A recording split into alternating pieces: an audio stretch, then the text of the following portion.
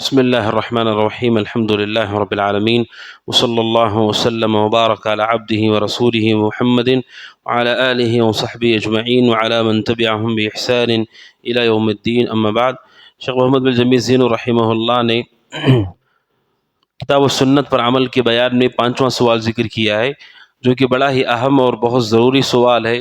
سوال یہ ہے کہ آپ سب جانتے ہیں، ہم سب جانتے ہیں کہ دین اسلام کی طرف منسوب لوگوں کے درمیان اختلاف پایا جاتا ہے، اور رسول اکرم صلی اللہ علیہ وسلم نے زندگی میں اس کی پیشن گوئی کی۔ آپ نے کہا، ابو داؤد کی حدیث میں آپ کہا، فَإِنَّهُ مَن يَعِشْ مِنْكُمْ بَعْدِي فَسَيَرَى اخْتِلَافًا كَثِيرًا۔ آپ نے کہا جو میرے بعد زندہ رہے گا وہ بہت سارے اختلافات کو دیکھے گا، اور آپ نے سچ کہا۔ رسول اکرم صلی اللہ علیہ وسلم کی وفات کے بعد امت میں اختلافات شروع ہوئے، اور اختلاف ایک دو چیزوں میں نہیں، جیسے حدیث کے الفاظ ہیں، اختلافاً کثیرا، بہت زیادہ اختلاف، ہر چیز میں اختلاف آپ دیکھتے ہیں، عقیدوں سے لے کر کے احکام، معاملات، ہر چیز میں اختلاف۔ اللہ کے نبی صلی اللہ علیہ وسلم نے اس کی پیشن گوئی کی۔ اب اختلاف کے موقع پر مومن کا کیا عقیدہ ہے، کیسے اسے اپنے اس اختلاف کو ختم کرنا چاہیے، ہمارا کیا عقیدہ ہے؟ شیخ رحمہ اللہ نے اس عقیدے کو ذکر کیا ہے کہ اختلاف یہ ہوگا، اور جیسا آپ سب دیکھ رہے ہیں کہ اختلاف واقع ہے، لیکن ہمارا یہ اعتقاد ہے اختلاف کے موقع پر ایک مومن کی ذمہ داری کیا ہے، کیا چیز اس کے اوپر فرض ہے۔ اس کے اوپر یہ فرض ہے کہ اختلاف کے موقع پر کہ وہ اللہ سبحانہ و تعالیٰ کی کتاب اور رسول اکرم صلی اللہ علیہ وسلم کی سنت کی طرف لوٹے۔ اس سے اختلافات ختم ہوں گے۔ ہمارے اختلاف کیوں نہیں ختم ہوتے؟ دو وجوہات ہیں۔ ایک وجہ تو یہ ہے کہ لوگ قرآن و سنت کو حکم نہیں مانتے۔ حکم کا مطلب یہ کہ قرآن و سنت سے فیصلہ ہو جائے تب بھی وہ ماننے کے لیے تیار نہیں ہے، ان کی اپنی خواہشات، ان کی اپنی سوچ ہے۔ ایک طبقہ، بڑا طبقہ ایسا ہے جو اسے حکم ماننے کے لیے تیار نہیں ہے، ان کے یہاں الگ الگ چیزیں ہیں، وہاں سے وہ فیصلہ کرتے ہیں صحیح ہے کہ غلط ہے۔ اور دوسرا طبقہ وہ ہے جو حکم تو مانتے ہیں کہ ہاں قرآن و سنت حکم ہے اور قرآن و سنت کا یہ فیصلہ ہے، لیکن اسے قبول کرنے کے لیے تیار نہیں ہے۔ حکم مانتے ہیں، انہیں معلوم ہے کہ یہ ہمارا عمل غلط ہے، ہماری روش غلط ہے، انہیں معلوم ہے کہ اختلاف میں یہ بات صحیح ہے، اس کے باوجود اسے قبول نہیں کرتے، کیوں؟ خواہشات کی پیروی کرتے ہوئے۔ تو یہ دونوں طبقات غلطی پر ہیں۔ اختلاف کے موقع پر مومن کو چاہیے ایک کہ وہ کتاب و سنت سے اپنے مسائل کا حل تلاش کرے، نمبر دو، تلاش کرنے کے بعد جو حل ہم کو ملتا ہے اسے لازم پکڑنا ایک مومن پہ فرض ہے۔ کیوں؟ کیونکہ اختلاف میں اگر کتاب و سنت سے حل نہ لے تو امت کا اختلاف کبھی ختم نہیں ہوگا، اور آدمی کبھی سیدھے راستے پر نہیں آ سکتا ہے۔ مثال کے طور پر اگر کسی آدمی سے آپ کہیں کہ آپ کیا کہتے ہیں ایک مسلمان کو دنیاوی زندگی کے سلسلے میں کیا سوچنا چاہیے، دنیا میں خوش رہنا چاہیے، غم کرنا چاہیے، زیادہ محنت کر کے کمانا چاہیے، کم کمانا چاہیے، دنیا کے بارے میں مومن کو کیا کرنا چاہیے، ایک سوال اگر آپ عام لوگوں سے پوچھیں گے نہ جانے آپ کو درجنوں جوابات ملیں گے اس کی۔ کوئی کہے گا کہ نہیں خوب کماؤ، کوئی کہے گا کہ زیادہ شوق رکھنے کی ضرورت نہیں، کوئی یہ کہے گا، کوئی وہ کہے گا۔ ہر مسئلے میں یہی حال ہے لوگوں کا، ہر ایک کی اپنی اپنی سوچ ہے۔ اب بتائیے اتنے سارے مسلمان کیسے اس کو فالو کریں گے؟ آپ مجھ سے کوئی سوال کریں اور میں اپنی رائے دے دوں، کوئی اور عالم کو اپنی رائے دے، دنیا کا ہر آدمی اپنی اپنی رائے دے، فالو کیسے ہوگا؟ عام مسلمان جو کروڑوں کی تعداد میں کیسے اسے فالو کریں گے؟ یہ ممکن ہی نہیں ہے۔ ہماری سوچ یہ کتاب و سنت کا حل نہیں بن سکتا ہے کبھی بھی، اس لیے کہ ہر آدمی کی سوچ الگ ہے، ہر آدمی کا مزاج الگ ہے، اخلاق الگ ہیں، تربیت اور پرورش الگ ہے۔ کوئی آدمی معاف کرنے کا جذبہ رکھتا ہے، کوئی آدمی دشمنی نکالنے کا جذبہ رکھتا ہے۔ آپ معاف کرنے والے کو پوچھیں گے سامنے والے نے غلطی کی کیا کرنا چاہیے، وہ کہے گا معاف کر دو۔ سامنے والا اگر تربیت اس کی ایسی وہ معاف نہیں کرتا، آپ اسے پوچھیں گے نہیں اسے بدلا لو۔ بھئی مسئلہ کیسے حل ہوگا؟ مسئلہ ایسے حل ہوگا کہ ہم اللہ اس کے رسول کی طرف لوٹیں، وہاں پر ہمیں پتہ چلے گا کہ ہمارے ذمے کیا ہے، کیسے اس مسئلے کو حل کیا جائے۔ شیخ کہتے ہیں ہمارا عقیدہ یہ اختلاف کے موقع پر اپنے مسائل کو اللہ اس کے رسول کی طرف لوٹاؤ۔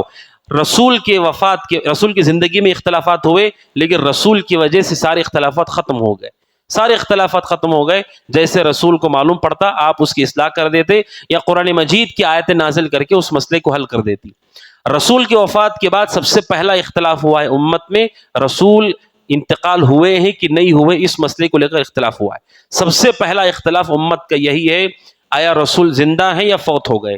حضرت عمر رضی اللہ عنہ کو یہ لگتا تھا کہ اللہ کے رسول فوت نہیں ہوئے، انہیں یہ گمان تھا کہ ایک نبی ہیں تو پھر وہ امت کے ساتھ آخر تک رہیں گے اور ان کے اعمال پر وہ گواہ بنیں گے، انہیں ایسا لگتا تھا۔ لیکن حضرت ابوبکر صدیق رضی اللہ تعالیٰ عنہ جب آئے اور انہوں نے آ کر کے خطبہ دیا اور لوگوں کو بتایا قرآن مجید کی آیت پڑھ کر کے کہ وما محمد الا رسول قد خلت من قبلہ الرسل، کہ اللہ کے رسول ہیں محمد صلی اللہ علیہ وسلم اور اس سے پہلے بھی رسول دنیا سے جا چکے ہیں۔ تو آیت جب پڑھی حضرت عمر رضی اللہ عنہ کو معلوم ہو گیا کہ ہاں رسول کا انتقال ہو گیا ہے، فوراً انہوں نے اس کو قبول کر لیا، اختلاف وہیں پر ختم ہو گیا، دو گروہ بنے نہیں۔ کیوں؟ کیونکہ دونوں کے دونوں کتاب و سنت کو حکم مانتے تھے، تو وہیں پر مسئلہ ختم ہو گیا۔ دوسرا اختلاف ہوا، حضرت عائشہ رضی اللہ عنہ کہتی ہیں کہ رسول کو کہاں دفن کیا جائے، اس میں صحابہ کا اختلاف ہوا۔ اب اس میں الگ الگ رائے ہے۔ ایک رائے تو یہ ہے کہ رسول چونکہ مکہ میں پیدا ہوئے تو مکہ میں دفن ہونا چاہیے، دوسری رائے یہ ہے کہ رسول صلی اللہ علیہ وسلم چونکہ مدینہ میں ہیں تو مدینہ میں دفن ہونا چاہیے، تیسری رائے یہ ہے کہ مدینہ میں بھی کہاں دفن کریں گے، ایک تو شہداء احد کی قبریں ہیں احد پہاڑ کے پاس، اور دوسرا مسلمانوں کا قبرستان ہے بقیع قبرستان، رسول کو کہاں دفن کریں گے؟ اب سوچئے لوگوں کی اختلاف، لوگوں کی سوچ سے مسئلہ حل ہوگا تو رسول کو کہاں دفن کیا جائے اس میں الگ الگ آراء ہیں، کیسے طے ہوگا کہ کس کی بات فیصل ہے، آخری بات کس کی ہے، کہ بقیع قبرستان میں دفن کرنا ہے کہ مکہ میں کرنا ہے کہ مدینہ میں کرنا ہے؟ حضرت ابوبکر صدیق رضی اللہ عنہ کہتے لوگوں سے، اے لوگوں میں نے رسول سے بات سنی ہے جو میں آج تک نہیں بھولا ہوں۔ نبی نے کہا تھا علیہ الصلوۃ والسلام، اللہ تعالیٰ نبی کو اسی جگہ پر موت دیتا ہے جہاں دفن ہونا انہیں پسند ہوتا ہے، اسی جگہ پر نبیوں کی موت ہوتی ہے، انتقال ہوتے ہیں وہ جہاں دفن ہونا انہیں پسند ہوتا ہے، یا اللہ کو پسند ہوتا ہے کہ وہاں پر دفن ہو۔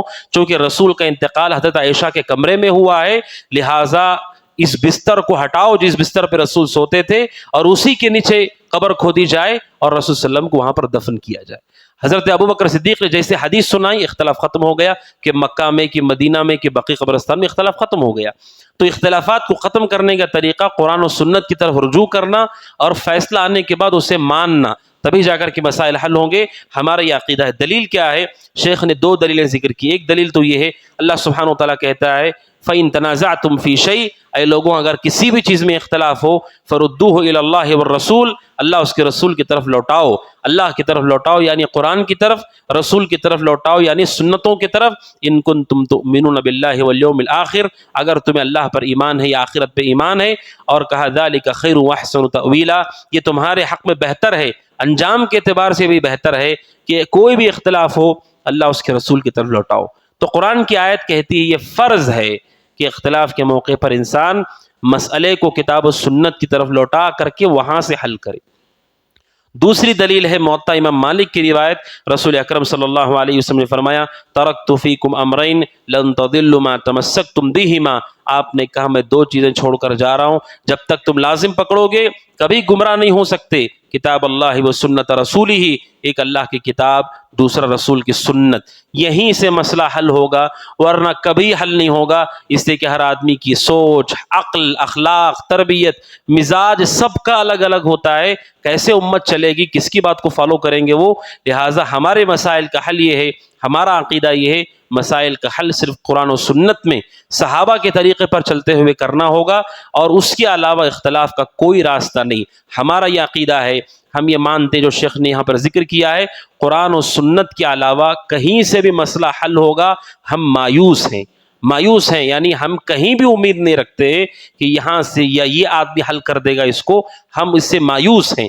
امید صرف اس چیز سے ہے جو اللہ تبارک و تعالیٰ نے بیان کی، رسول صلی اللہ علیہ وسلم نے بیان کی کہ کتاب و سنت سے حل ہوگا ورنہ کبھی حل نہیں ہوگا۔ اللہ سبحانہ و تعالیٰ سے دعا کہ اللہ تعالیٰ ہم سب کے عقیدے کی اصلاح فرمائے، آمین۔ ھذا وصلی اللہ وسلم علی محمد وعلی آلہ وصحبہ اجمعین۔ السلام علیکم ورحمۃ اللہ وبرکاتہ۔